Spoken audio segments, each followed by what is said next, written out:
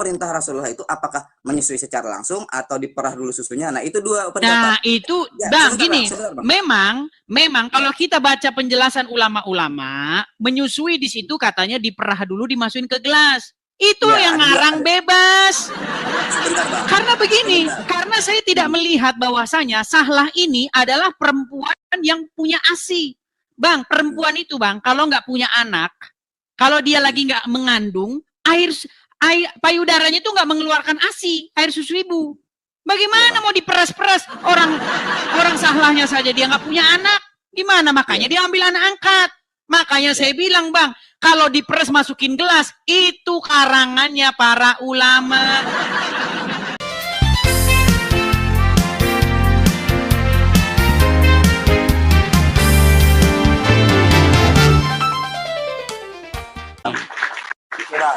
Ya, silakan Bang. Nyalakan kamera. Ayo kita diskusi dengan baik. Halo Bang. Ya, Bang Ansyari Bang Edis, ya. Keren Bang Edis nih, Bang keren. Ya, gimana Bang Ansyari? Sudah menyimak dari tadi? Keren. Sudah Bang. Sudah. Gimana Bang tanggapannya Bang? Silakan. Oke Bang. Jadi gini Bang. Saya terkait yang Abang buat tema ini kan terkait Rasulullah Nabi Muhammad SAW itu memberikan perintah kepada Sahlah untuk menyusui Salim seorang budaknya, gitu kan Bang? Gitu kan? Iya, padahal Salim itu sudah janggutan, sudah dewasa. Oke. Jadi kita merujuk kepada hadis tersebut Bang. Itu hanya dikatakan dan diceritakan oleh Aisyah. Jadi jumhur ulama berpendapat hadis itu adalah ruqsyah namanya Bang. Palsu. Abang tahu ruqsyah? Abang tahu ruqsyah Bang? Palsu.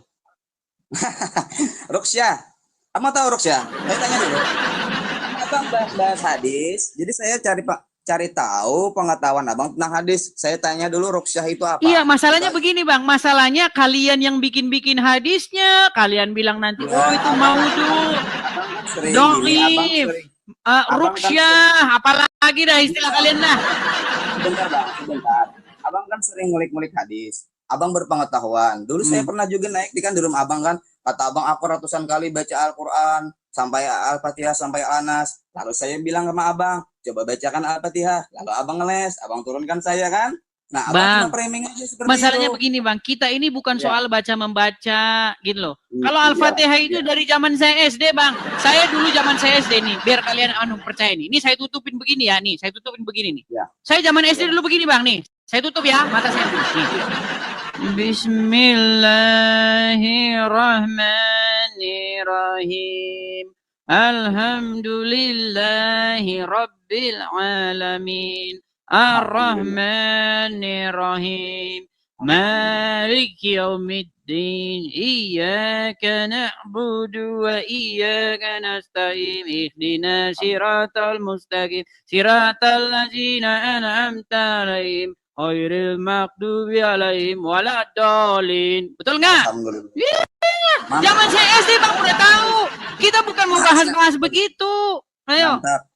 Bahkan maharasnya pun keren Bang Idis. Sebenarnya Bang Idis ini sebenarnya ada dapat hidayah. Nah, jangan bilang hidayah dulu. Justru makin saya pelajari agama Islam, justru kok makin saya tidak percaya. Sebentar Bang. Dari bacaan Abang Al-Fatihah, Abang seperti seorang muslim yang benar-benar mempelajari muslim Bang. Benar Bang. Kan sudah saya bilang Bang, 13 tahun saya mendalami agama Islam. Nah, contohnya ini tadi menyusui pria dewasa. Ayo, silakan. Gini Bang, kita kembali lagi ke tema terkait persusuan tadi ya Bang dewasa. Nah, karena dari hadis ini, lalu ada itu dari kalau nggak salah saya dengar di Kairo ya Bang.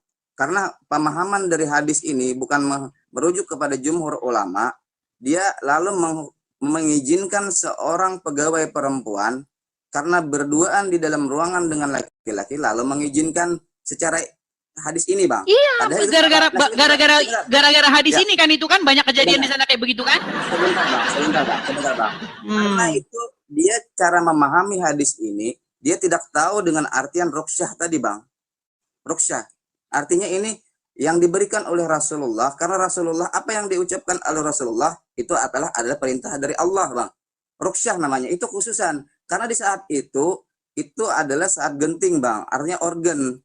karena keadaan Abu Hudzaifah saat bentar Bang. Karena keadaan Abu Hudzaifah saat itu dia sangat memerah wajahnya, hampir-hampir dia akan menceraikan istrinya lantaran ada budak laki-laki yang bernama Salim tadi, Bang. Seperti itu, Bang. Nah, karena begitu Rasulullah mungkin dapat ilham atau gimana ya, saya nggak tahu ya, Bang. Lalu Rasulullah mengizinkan kepada Salah tadi untuk menyusui. Iya, masalahnya Bang, coba Abang saya tanya, perempuan dewasa, Bang, perempuan dewasa, kalau susunya ini, aduh saya bahasa kita jadi ini nih, Bang, bayangkan kalau ada perempuan dewasa, Bang, gimana sih? Aku teruskan ya, Bang. Nah, dalam dua konteks ini, Bang, jadi kalau kita berpikiran di dalam tadi kan hadis Nabi tadi kan tidak menyebutkan, Bang, apakah dia menyusui secara langsung berhadapan face to face. Iya, menyusui secara langsung lah, Bang. Kalau enggak, bagaimana mungkin di situ Sahlah bilang begini, ya Rasulullah, bagaimana mungkin saya susui dia udah dewasa. Nah, kalau perkataan seperti itu kan sebuah indikasi bahwasannya memang dia disusui langsung. Bentar, Bang. Kalau bayi pasti Sahlah pasti enggak, oh ya baiklah ya Rasulullah, saya susui dia karena masih bayi. Masih digendong-gendong. Sebentar, Bang, supaya lebih Abang memahami tentang hadis ini. Bukan saya ahli hadis, bukan ya, Bang. Tapi saya paham hadis ini. Ruqsyah tadi, Bang, dalam Ruqsyah. Jadi perintah Rasulullah itu, karena Sahlah itu berkata seperti itu karena dia di dalam sudah tahu kan hukum menyusui itu sudah ada saat itu, Bang. Hanya 2 tahun yang untuk dari persusuan itu, Bang. Nah, pas saat Rasulullah mengatakan saat Salim berusia dewasa, lalu Rasulullah memerintahkan untuk menyusui. Nah, terkejutlah Sahlah. Jadi terkejutlah Sahlah itu, kita pun tidak tahu perintah Rasulullah itu apakah menyusui secara langsung atau diperah dulu susunya. Nah, itu dua pendapat. Nah, itu ya, Bang, gini, Bang. Memang kalau kita baca penjelasan ulama-ulama, menyusui di situ katanya diperah dulu dimasukin ke gelas. Itu yang ngarang bebas. Karena begini, karena saya tidak melihat bahwasanya Sahlah ini adalah perempuan yang punya ASI. Bang, perempuan itu, Bang, kalau nggak punya anak, kalau dia lagi nggak mengandung, air payudaranya itu nggak mengeluarkan ASI, air susu ibu. Bagaimana mau diperas-peras? Orang Sahlahnya saja dia nggak punya anak, gimana? Makanya dia ambil anak angkat.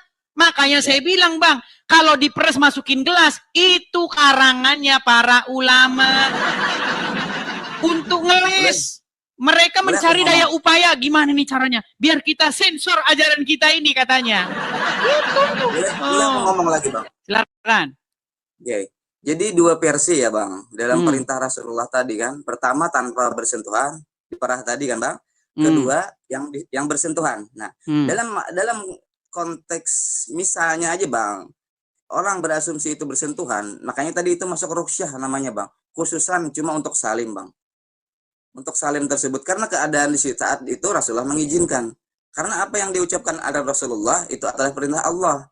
Itu, Bang, khususan. masih ada nggak riwayat yang kira-kira relevan seperti sekarang? Saya kasih contoh. Nggak bisa, Bang, karena Rasulullah sudah wafat, Bang. Jadi berarti hadis-hadis yang lain juga gitu aja semua, Bang. Itu khusus bagi si fulan, itu khusus bagi si fulan, gitu aja semua.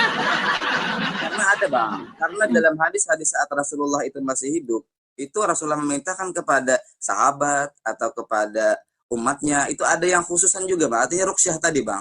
Artinya nggak bisa berlaku untuk semua umat, Bang. Nabi Muhammad. Itu saat itu, Bang. Begini, Bang, ya. Ketika saya ya. melihat membaca hadis ini, riwayat-riwayat ini saya pelajari. Saya ini, Bang, sebelum saya angkat jadi tema, itu saya pelajari dulu ini. Saya nggak mau asal-asal angkat tema, gitu loh. Saya pelajari dulu, saya pelajari. Saya nggak mau nanti saya jadi tukang fitnah. Saya nggak mau nanti saya membawa dalil yang lemah. Saya nggak mau. Nah, setelah lulus uji, baru saya naikkan ke forum seperti ini. Nah, di sini, Bang, di sini tidak ada satupun ya namanya hal-hal yang khusus itu untuk Salim, nggak ada. Nah, saya kasih sekarang contoh gini. Sekarang saya kasih contoh. Ada Pak Haji. Taruh ya Pak Haji. Pak Haji ini kaya, banyak ininya, pengusaha Kuningan. Ya kan? Oke? Nah, berhubung dia kaya raya, sibuk. Nah, karena dia sibuk, misalnya dia ambil satu orang tangan kanan begitu, udah jadi anak angkat dia sendiri, suruh ngurusin rumah, keluar masuk rumah. Nah, tiba-tiba anak angkat ini kan makin besar. Nah, ketika dia makin besar, dia pasti mikir ini. Ketika dia lagi kerja di luar, ini gimana nih? Istri saya sama tangan kanan saya di rumah-rumahan berdua ini. Bagaimana ini solusinya? Nah, solusinya gimana? Ayo. Kalau di zaman sekarang karena nggak ada ruqyah dari Rasulullah, Bang. Loh, solusinya kalau memang merujuk kepada hadis ini, supaya laki-laki itu menjadi haram, supaya laki-laki itu menjadi mahramnya, tidak boleh dinikahi, maka harus disusui. Gimana Anda ini? Nggak bisa, Bang. Berarti Anda sudah melawan Muhammad sendiri. Gimana? Abang tidak menyimak tentang penjelasan saya tentang ruqyah di kejadian Salah dan Salim ini, Bang, di zaman Rasulullah. Saat Rasulullah hidup ini ya, Bang, saat Rasulullah hidup memerintahkan Salah untuk menyusui Salim, itu namanya ruqyah, Bang. Sekali lagi saya tekankan, ini ruqyah. Jadi kalau Abang mengadopsikan dengan cerita Pak Haji, orang kaya sibuk ini. Tapi kan relevan, Bang. Relevan dengan kisah ini. Enggak bisa. Hadis ruqyah itu artinya khususan. Cuma untuk satu orang. Khusus itu Bang, tidak ada di situ khusus untuk Salim. Jangan menambah-nambahi. Sebentar, Bang. Saya tanya dulu sama Abang. Saya kembali lagi. Kalau untuk membalikan hadis ini, adakah boleh seorang laki-laki dalam Islam bersentuhan dengan perempuan? Saya tanya dulu. Makanya dari itu, Bang, makanya Muhammad terkesan seperti nggak peduli dengan Quran. Loh, Bang, masalahnya bukan 1-2. Sebentar, Bang. Abang kalau gini silakan. sama Nandar pun silakan. Di dalam Islam ada nggak seorang wanita boleh bersentuhan dengan perempuan yang bukan muhrim, Bang? Nggak boleh. Nah, kalau nggak boleh, apakah hadis ini bisa berlaku di saat ini, Bang? Oke, sekarang saya jawab. Boleh saya jawab sekarang? Kalau ini bukan ruqyah, apakah hadis ini berlaku untuk saat ini, Bang? Baik, saya jawab boleh? Saya jawab ya. Baik, saya jawab. Pertama begini. Ketika saya mempelajari agama Islam, di dalam agama Islam itu nggak ada percayalah kamu kepada hadis Bukhari, hadis Muslim, nggak ada. Saya sudah balik Al-Quran. Gini, Bang, dengerin dulu. 100 kali lebih saya katamkan Al-Quran itu. Dari Al-Fatihah, Anas Al-Fatihah. Al-Quran saya itu sampai pecah jadi 3 itu. Di rumah saya tinggal. Pecah jadi 3. Karena sering saya baca. Ya kan? Nah, tidak ada di situ, memang nggak ada satupun kamu harus belajar kitab tafsir Ibnu Katsir, kitab Sahih Bukhari, nggak ada. Nah, ternyata yang dilakukan umat muslim, waktu saya bertanya sama umat muslim, oh, kita harus merujuk kepada Sahih Muslim, Sahih Bukhari. Nah, ketika saya baca Sahih Muslim, Sahih Bukhari, memang bertentangan, Bang, dengan Al-Quran. Contoh begini. Anda tadi bilang sama saya, di Quran boleh nggak bersentuhan dengan seorang yang bukan anunya? Bahkan kalau bersentuhan itu harus bertayamum, apa namanya? Kalau bersentuhan dengan wanita, ya kan? Nah, sekarang begini, kalau Al-Quran saja melarang orang bersentuhan dengan orang yang bukan mahramnya, dengan orang yang bukan pasangannya, ya kan? Dilarang. Lalu bagaimana mungkin di dalam hadis Muhammad malah menyusui orang yang bukan pasangannya? Pertama. Sebentar, itu pertama. Itu kedua. Di dalam Al-Quran, surat Al-Ahzab, ayat yang ke-70. Ya ayyuhallazina amanu, wahai orang-orang yang beriman, katakanlah perkataan yang benar. Disuruh ngomongin yang benar. Tapi di dalam hadis Muhammad membolehkan orang Islam berdusta dalam 3 perkara. Coba, di dalam Al-Quran, darah jangan dikonsumsi.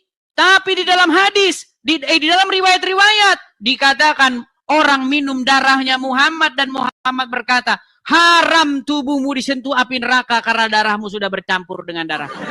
Jadi, Bang, intinya begini. Ketika saya pelajari Al-Quran dan saya pelajari hadis, seolah-olah Muhammad itu terkesan tidak peduli dengan Al-Quran. Salah, Bang. Abang salah. Salah seperti itu, Abang, persepsinya. Karena Rasulullah SAW itu adalah utusan, Bang. Apa yang diucapkan oleh Rasulullah sama, Bang, maaf ya, Bang, ya, sebentar saya maaf ya, melenceng sedikit. Sama yang seperti kami percaya Yesus itu adalah utusan. Utusan itu tidak pernah akan mengatakan sesuatu hukum kalau dia tidak diilhamkan dari sang penciptanya, Bang. Jadi yang saya kembali lagi kepada Salim dan Salah tadi itu ruqyah tadi, Bang. Ruqyah. Khususan. Artinya itu saat itu Rasulullah mengizinkan. Bukan dari diri pribadi ya, Bang. Rasulullah itu tidak pernah pribadi dia mengizinkan, nggak ada. Baik ya. Sekarang kita merujuk pada hadis lagi nih, Pak. Nih. Karena hadisnya bukan cuma 1-2. Ini saya tampilkan hadis yang lain ya Bang ya. Perkara mengenai persusuan ini. Ini ayatnya udah hilang dari Quran Bang masalahnya. Dimakan kambing. Sebentar ya. Dimakan kambing atau burung begitu. Nih. Ini hadisnya Bang. Jangan. Ibnu Majah. Nih Bang ya. Kelihatan nggak?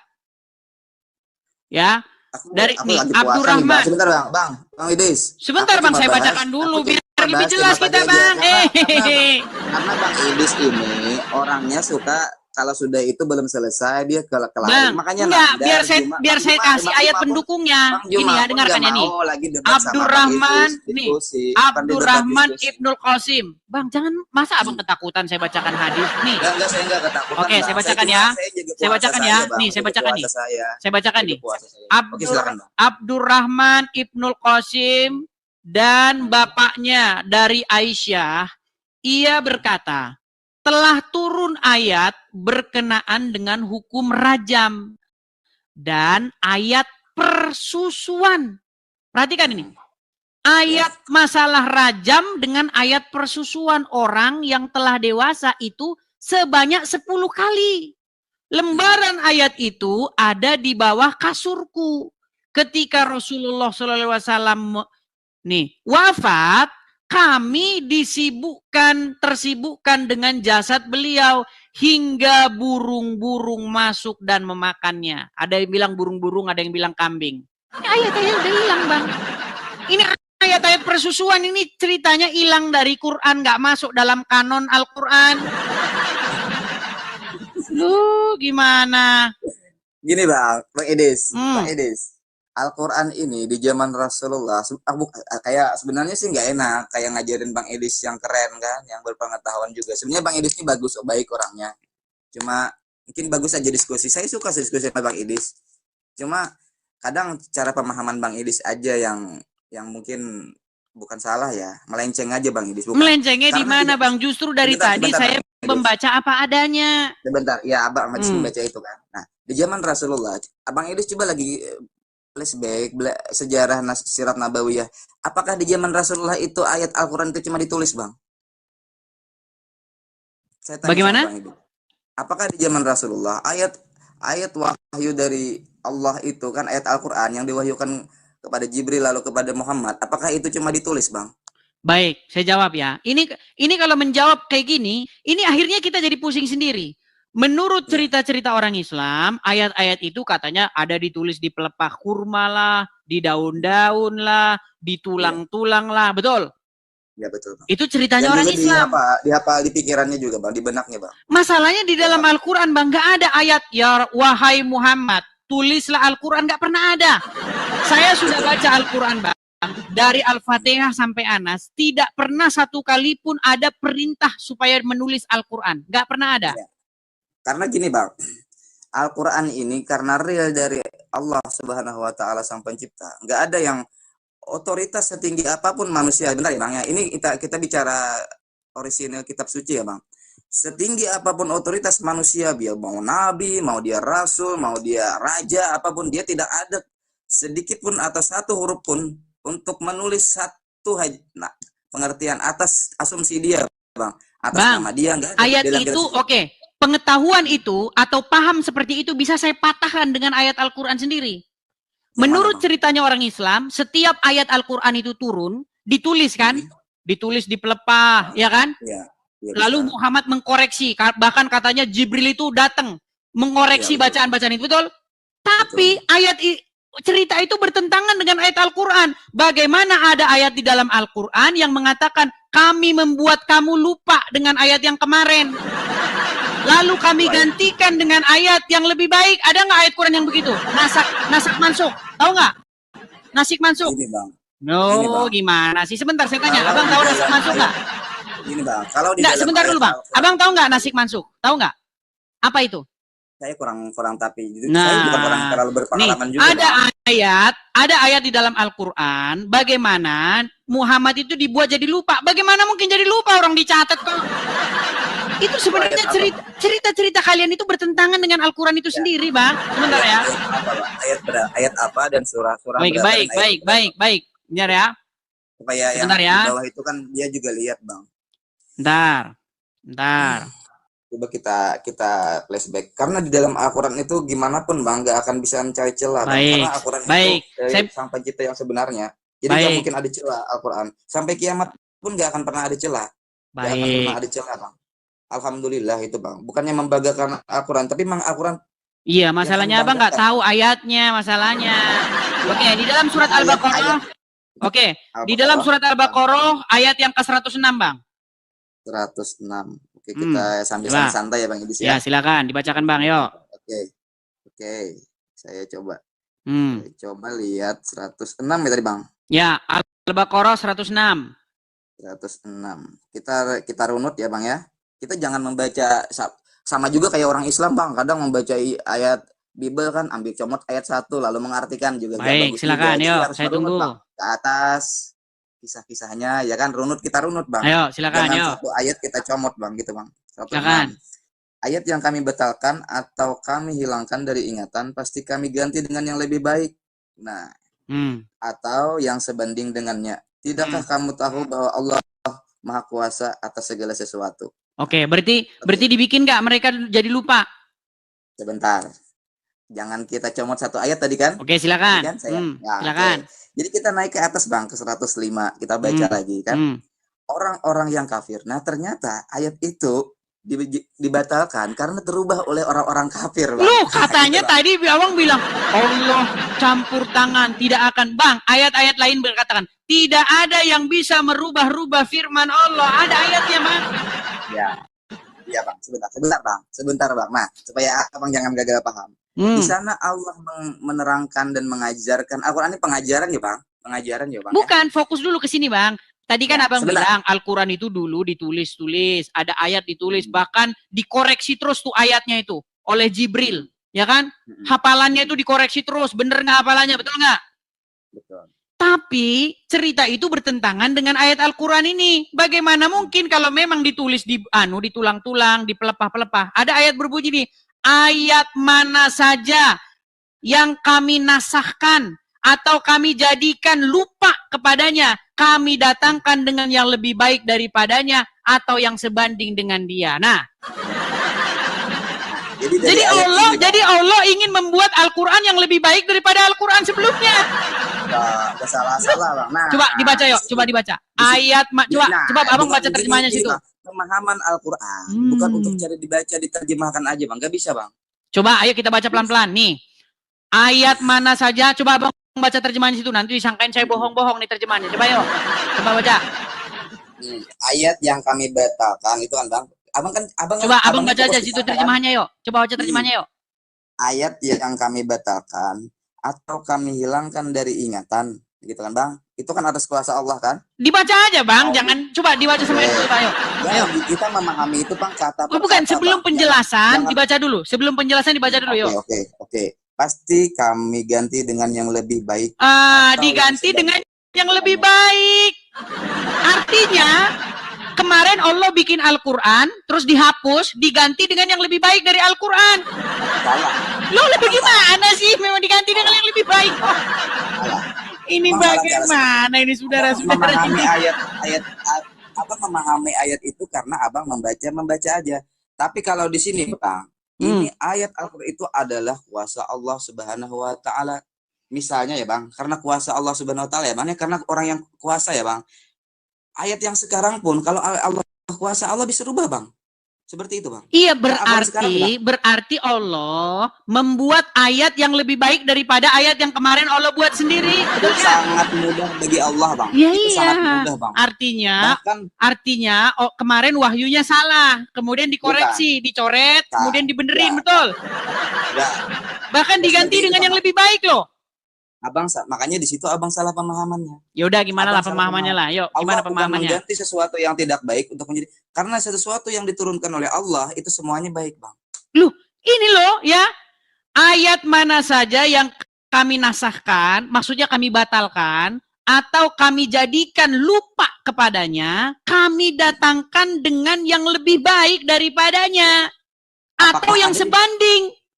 Apakah ada di dalam kata-kata itu ayat yang diturunkan sebelumnya itu nggak bagus Bang? Ada nggak? Loh, lebih baik daripadanya berarti yang kemarin itu kualitasnya kelas 1, sekarang kualitas kelas 2 gimana? Ada nggak di sana kata-katanya yang sebelum itu nggak baik? Bang, tanya dulu sama. Kalau ada kata-kata yang lebih baik daripadanya atau yang sebanding dengannya, berarti yang kemarin itu lebih baik nggak? Lebih buruk nggak? Gini bang, sama seperti ini bang. Nah, kayak abang beli TV. Abang beli TV 24 in. Nah, lalu abang ganti 22 in. Lebih kecil. Sama nggak TV bang? Sama nggak TV bang? Ya sama TV, tapi kan kualitasnya beda. Nah makanya itu tadi iya kata sama abang, aja bang itu bang. Sebentar bang. Abang potong terus saya ngomong, makanya abang Juma malas naik. Kalau Juma memang dia sudah nggak berani dengan saya. Bang, dia sudah ngaku, udah nyerah dia sama saya. Enak bang, kita diskusikan. Pasti kami ganti dengan yang lebih baik. Nah, sama kayak TV tadi bang. Abang paham berarti kalau lebih baik berarti yang kemarin di bawah nggak, lebih rendah nggak kualitasnya? Nah, karena itu kuasa Allah tadi bang. Nah, kembali lagi bang. Lebih rendah. Allah bisa, tapi kita jangan berframing. Gini bang, abang jangan berframing. Apa yang diturunkan oleh Allah itu tidak baik. Semua yang diturunkan Allah itu baik. Abang lihat aja di dunia ini. Walaupun abang berkeyakinan, kita bedakan bang. Saya nggak bahas keyakinan ya bang. Abang berkeyakinan bahwa alam semesta ini adalah ciptaan Yesus. Saya berkeyakinan bahwa alam semesta bukan, kita nggak bahas keyakinan bang. Kalau bahas keyakinan nanti kita debat kusir. Ada sesuatu yang diturunkan oleh sang pencipta itu tidak baik bang. Saya tanya seperti itu aja. Lo justru di dalam Bible ketika Tuhan menjadikan segala sesuatu ini, Tuhan melihat bahwa segala yang dijadikannya itu baik. Itu. Tapi di dalam Al-Quran Allah menciptakan iblis. Gimana? Bang, sekarang saya tanya bang. Yang menciptakan setan. Kita udah jauh tema kita ini bang. Nah kan jadi loncat-loncat kan. Saya tadi cuma bahas tema, abang Edi saja yang loncat ke tadi. Oke lah, intinya begini, bang. Intinya bahwa Muhammad memang betul pernah menyuruh seorang perempuan yang sudah dewasa menyusui laki-laki yang juga sudah dewasa dan bukan suaminya, betul? Betul, tapi itu ruqyah bang. Artinya khususan di saat itu. Dan Rasulullah pun mengatakan bukan dari inisiatif atau pendapat dia sendiri bang. Mungkin kita nggak tahu karena Rasulullah dapat ilham dari Jibril, dari Allah, nggak tahu gitu bang. Intinya gini bang, sebentar bang. Saya selesaikan dulu, habis itu saya turun bang. Intinya apa yang diperintahkan saat Rasulullah itu masih hidup itu bukan perintah dari Rasulullah, itu adalah perintah dari Allah bang. Seperti itu saja bang. Jadi kalau ada yang seperti ini, hadis seperti ini, yang cuma Aisyah nih bang, dari istri-istri Nabi, Ummu Salamah, cuma Aisyah aja bang. Ummu Salamah tuh nggak tahu hadis ini bang.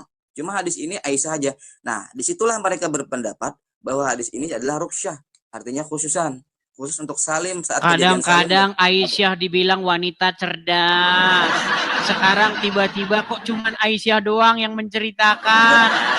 Nah, bukan masalah cerdas bang. Maksudnya makin bang, diceritain kok. Bang, seperti terkesan Aisyah ini kok kalian pojok-pojokan gitu loh. Saya nggak ada mojokan Aisyah. Saya mau menceritakan tentang ruqyah. Artinya Nabi tidak menceritakan. Ini kan perempuan nih bang. Harusnya diajarkan semua ke-11 istri Nabi kan. Tapi Nabi cuma menceritakan kepada Aisyah. Nah itulah mereka istri yang ke-10 tadi beranggapan ini ruqyah. Artinya khususan. Nggak bisa berlaku untuk semua umat. Ya, oke bang. Yang bilang itu kekhususan tidak bisa ke semua umat itu bukan Muhammad intinya, tapi kalian sendiri. Yang bilang bahwa sebentar bang, yang bilang cara menyusuinya nggak nempel, maksudnya secara online, daring, gitulah daring. Kalian sendiri, ya kan? Loh, gimana? Terus yang bilang bahwasanya dimasukin dalam gelas juga kalian sendiri. Tapi argumen kalian, asumsi liar kalian terpatahkan dengan perkataan Sahlah itu sendiri. Seandainya yang dimaksud menyusui di situ dimasukkan dalam gelas, nggak mungkin Sahlah ngomong bagaimana saya menyusui dia sudah dewasa. Kalau dimasukin gelas ya nggak mungkin ngomong begitu. Oke, ini bang, kembali lagi ya bang, supaya yang di bawah itu lebih paham tentang bukan aku sok paham ya bang, cuma adalah kami belajar tentang hadis ini bang. Jadi gini bang, dalam kejadian itu ada dua versi tadi bang, bersentuhan dan tanpa bersentuhan. Ya, Kalau tanpa itu bersentuh, karangan sebentar kalian lah bang, intinya. abang dengarkan dulu, aku sebentar aja bang. Kalau Silakan. tanpa bersentuhan tadi, ya disebut diperah dulu kan, nggak disentuh kan? Si Salim dan si Salah tidak bersentuhan. Nah, Emangnya Sahlah yang ada kedua, air asinya? ya sebentar, masalah air asi atau tidak ada, Ya itu kita gimana mau jangan diperah membahas. yang nggak bakal keluar, Bang? Nggak ada air asinya kok. Sebentar bang, abang jangan, kalaunya tidak ada air asi, buat apa Rasulullah nyuruh Salah untuk menyusui bang? Oke, siapa di mana di sini ada ceritanya Sahlah punya anak atau Sahlah sedang mengandung? Jangan abang ke sana, abang putar-putar. Saya tanya dulu, kenapa Rasulullah menyuruh Salah untuk menyusui kalau nggak ada air susunya bang? Justru itu makanya saya bilang. Saya tanya bang Idris, kalau Rasulullah menyuruh Salah untuk menyusui Salim, kalau nggak ada air susunya gimana dia? Sekarang begini, bagaimana Anda katakan air payudaranya Sahlah berasi, punya air susu, sedangkan dia sendiri pertama tidak punya anak bayi, kedua tidak dalam keadaan mengandung. Gimana? Jadi kalau gini aku jadi gini bang. Kalaunya misalnya kan, aku ini Salah datang nih bang kepada Rasulullah. Ini menceritakan tentang Salim kan. Lalu perintah Rasulullah gini, susuilah si Salim.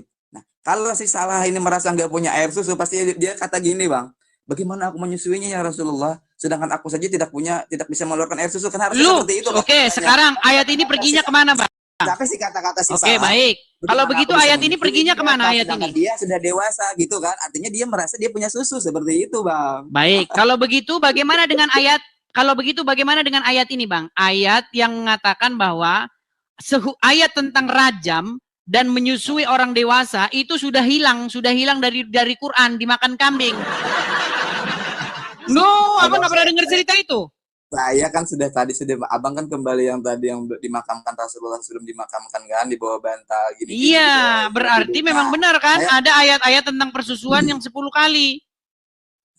Bentar bang, saya sudah katakan sama Bang Idis, cuma Bang Idis lari-lari. Di saat zaman Rasulullah, itu wahyu yang diturunkan Jibril dari Allah kepada Rasulullah, itu di dalam ingatan para sahabat, ditulis di lembaran-lembaran, ditulang gini bang. Jadi kalau yang hilang di bawah kasur itu bang, bukan artinya abang itu hadis kalian loh bang, itu kan hadis kalian. Iya, abang langsung berasumsi itu langsung hilang di bawah kasur ayat.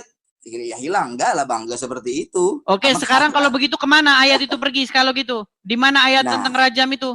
Gini bang, di dalam Al-Quran yang sekarang, yang mushafnya Utsman, disusun oleh Utsman, itu semuanya sudah real, satu Al-Quran seluruh Indonesia bang. Kalau ada yang beda dengan Al-Quran yang disusun oleh Utsmani, itu Quran itu udah sesat bang. Dah, kalian lagi yang ini lagi.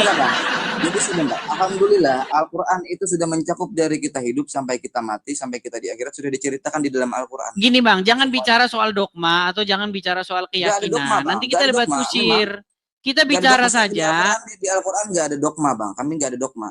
Itu adalah real dari Allah yang diberitakan atau pembelajaran di dalam sana, hukum, fikih semuanya ada di dalam sana terkandung dan dipecah-pecah di dalam hadis. Hadis itu artinya yang di saat Rasulullah hidup ya bang, bukan saat Rasulullah sudah nggak ada lagi kan. Hadis itu saat Rasulullah hidup bang, Rasulullah masih hidup. Jadi pengertian kalau kita mengaitkan hadis dengan Al-Quran, jelas kuat Al-Quran. Tapi kita kalau hadis, kita pelajari lagi bang, hadis itu sahih atau tidak, atau mutawatir atau lemah atau gimana gitu kan bang. Nah, jadi kalau kita mengambil hadis satu, lalu kita mengartikan hadis ini untuk hukum Islam, nggak bisa bang, nggak bisa bang Idis. Oke, jadi kalau menurut Anda Bang Idis, kecuali Bang Idis dapat ini di Al-Quran. Nah, Oke, lalu hadis ini bagaimana ini? Hadis yang berbunyi masalah ini. Apa namanya? Yang sebagian ayat itu hilang dimakan kambing, bagaimana? Ini kenyataan apa? Nah, itu kalau mau dimakan kambing, mau dimakan burung ya bisa, terserah aja bang. Intinya. Lu kok terserah, itu kan hadis kalian. Iya, saya nggak terlalu mikirannya masalah hilang itu. Nih, saya tampilkan saja nih. Oke. Sekarang saya mau tanya lah, apakah hadis ini palsu atau bagaimana bang? Mau dimakan harimau, mau dimakan singa. Coba hadis ini palsu, atau asli? Coba hadis ini.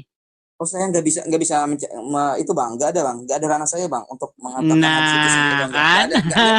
Saya nggak ini bang, saya bukan dari perhadisan dari jumhur itu bang. Oke, baik. Kalau begitu kita kasih kesempatan kepada muslim yang lain ya, supaya. Bang Idis, makasih Bang Idis ya. Sama-sama Bang Ansyari, terima kasih. Jadi gini bang, sebentar lagi bang.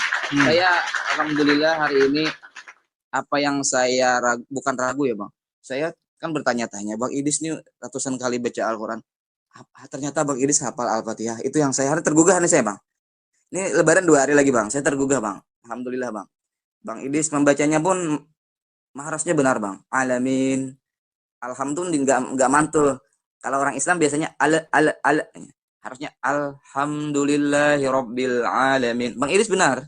Iya lah orang pakarnya kok gimana? Rahmanirrahim. Harus hak di dalam dada itu Bang. Oke. Maliki Oke lah, kita kasih kesempatan kepada muslim yang lain ya. Mantap Bang. Menyaksikan rangkaian video yang panjang ini dan semua yang kita dengar, kiranya itu boleh menambah wawasan serta pengetahuan kita untuk menguatkan iman kita semuanya. Sebab semakin banyak kita mendengar, maka semakin timbullah iman. Seperti firman Tuhan berkata, iman timbul dari pendengaran dan pendengaran akan firman Kristus.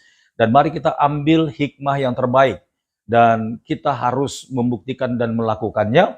Sehingga orang-orang di luar sana semakin mengerti maksud daripada setiap firman yang mereka selama ini pertanyakan.